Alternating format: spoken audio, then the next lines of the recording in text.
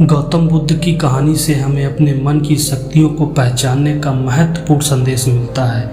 यह कहानी बुद्ध के जीवन के एक महत्वपूर्ण पल के बारे में है, जब वह बोध वृक्ष के नीचे बैठकर तपस्या कर रहे थे। कहानी के अनुसार बुद्ध ने अपने मन की शक्तियों को पहचानने के लिए बहुत गहरे ध्यान में बैठकर तपस्या की। वह अपने मन की गहराइयों में जाकर अपनी ब्राह्मणों आत्मा के साथ जुड़े और आत्मा के अद्वितीयता को समझने का प्रयास किया। बुद्ध ने अपने मन के विचारों को नियंत्रित किया और अंत में निर्वाण की प्राप्ति की। इस कहानी से हमें यह सीखने को मिलता है कि हमें अपने मन की गहराइयों को जानना है तो आत्मा को समझना ही चाहिए। हमारे मन में अनगिनत विचार और भ्रम होते हैं जिन्हें हमें समझने की आवश्यकता है। ध्यान और साधना के माध्यम से हम अपने मन के विचारों को नियंत्रित करके अपनी आत्मा को पहचान सकते हैं और अंत में अपनी शक्तियों का सही उपयोग कर सकते हैं। इससे हम अपने जीवन में सुख, शांति, सफलता प्राप्त कर सकते हैं। गौतम बुद्ध की कहानी से यह सीख सकते हैं कि मन की शक्तियों को पहचानने के लिए ध्यान और समझदारी की आवश्यकता होती है। एक समय की बात है, गौतम बुद्ध एक जंगल में समय बिता रहे थे। वह अपने शिष्यों के साथ विचार कर रहे थे कि मन की शक्तियों को कैसे पहचाना जा सकता है। उन्होंने दिन में कई बार अपने शिष्यों से पूछा, तुम्हारा मन क्या सोच रहा है? उनके शिष्यों में से कुछ ने जवाब दिया, मेरा मन भूखा है, मैं खाने की इच्छा कर रहा हूँ।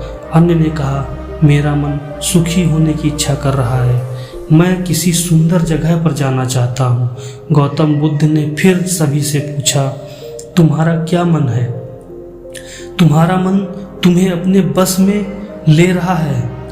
शिष्यों ने यह समझ नहीं पाया कि वो क्या कहना चाहते हैं। फिर गौतम बुद्ध ने उन्हें समझाया, देखो, तुम्हारा मन तुम्हारे बस में होना चाहिए और तुम्हें अपने मन को अपनी इच्छाओं के अनुसार नहीं चलाना चाहिए।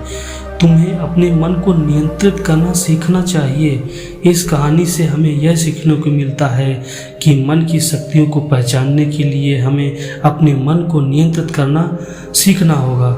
हमारा मन हमें अनगिनत विचार और इच्छाओं से गुजारता है, लेकिन हमें यह नियंत्रित करना होगा कि किन विचारों को हम अपने जीवन में प्राथमिकता दें और किन विचारों को हम नकार दें। ध्यान और मेधा के माध्यम से हम अपने मन की शक्तियों को सही दिशा में प्रयोग कर सकते हैं और अपने जीवन को सफल बना सकते हैं। गौतम बुद्ध की कहानी से हमें यह सीखने को मिलता है कि मन की शक्तियों को पहचानने और उन्हें सही दिशा में ले जाने के लिए साधना और आत्मज्ञान होना बहुत ज़रूरी है।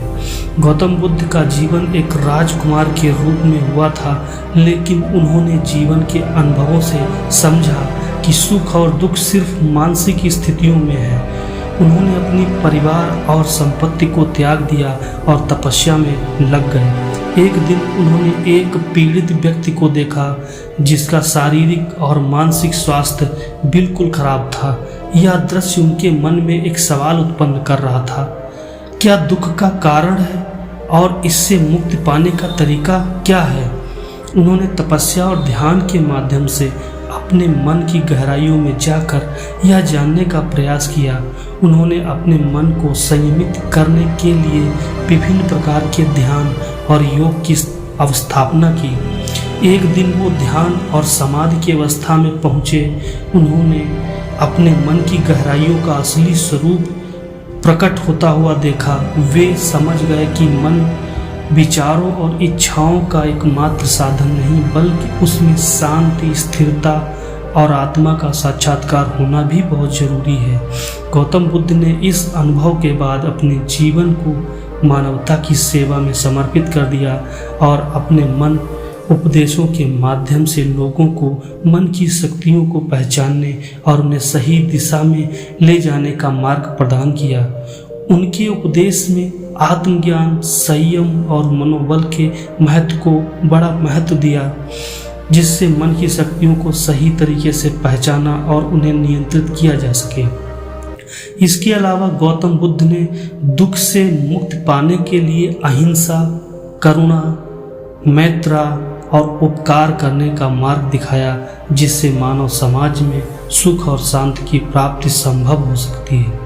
इसके परिणाम स्वरूप गौतम बुद्ध का उपदेश मानव जीवन में मन की शक्तियों को पहचानने और सच्चे सुख की प्राप्ति के लिए एक मार्ग प्रदान करता है, जिसमें आत्मज्ञान, साधना और मानवता की सेवा का महत्व होता है। गौतम बुद्ध की कहानी में मन की शक्तियों को पहचानने का महत्वपूर्ण संदेश है। यह कहानी उनके जीवन से जुड़ी हुई है, जब वे सिद्धार्थ के नाम से जाने जाते थे, जो बाद में बुद्ध बन गए। गौतम बुद्ध का जीवन कथा उनके राजकुमार सिद्धार्थ के जीवन के एक महत्वपूर्ण पहलू को दर्शाती है, जिसमें उन्होंने अपने मन की शक्ति को पहचानने और नियंत्रित करने का मार्ग दिखाया। सिद्धार्थ ने अपने जीवन में सुख संतोष की प्राप्ति के लिए अनेक प्रयास किए, लेकिन उन्हें संतोष नहीं मिला। एक दिन वे एक वृक्ष के नीचे बैठे और ध्यान में लगे। वह विनिकल्पित समाधि में प्रवृत्त हुए, जिसका मतलब है कि उन्होंने अपने मन को सभी विचारों और चिंताओं से मुक्त कर दिया।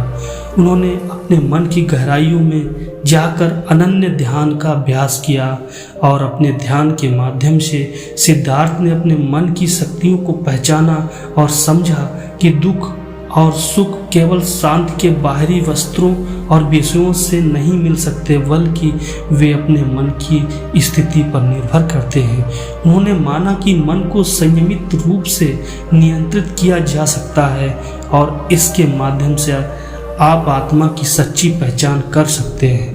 गौतम बुद्ध के इस संदेश से हमें ये सीखने को मिलता है कि हमारी आत्मा की खोज और अपने मन की शक्तियों को समझने के लिए ध्यान और साधना की आवश्यकता है। इसके माध्यम से हम जीवन के सच्चे सुख और आंतरिक शांति प्राप्ति कर सकते हैं। गौतम बुद्ध की कहानी बुद्धिमत्ता और संयम की महत्वपूर्ण बातें सिखाती हैं और यह भी दिखाती है कि मन की शक्तियों को कैसे पहचाना जा सकता है। एक बार गौतम बुद्ध अपने शिष्यों के साथ एक वन में जा रहे थे।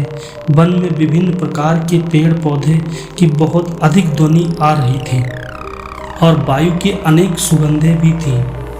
बुद्ध ने अपने शिष्यों से कहा कि वे एक बार वन में घूमने के बाद अपने अनुभव को साझा करें।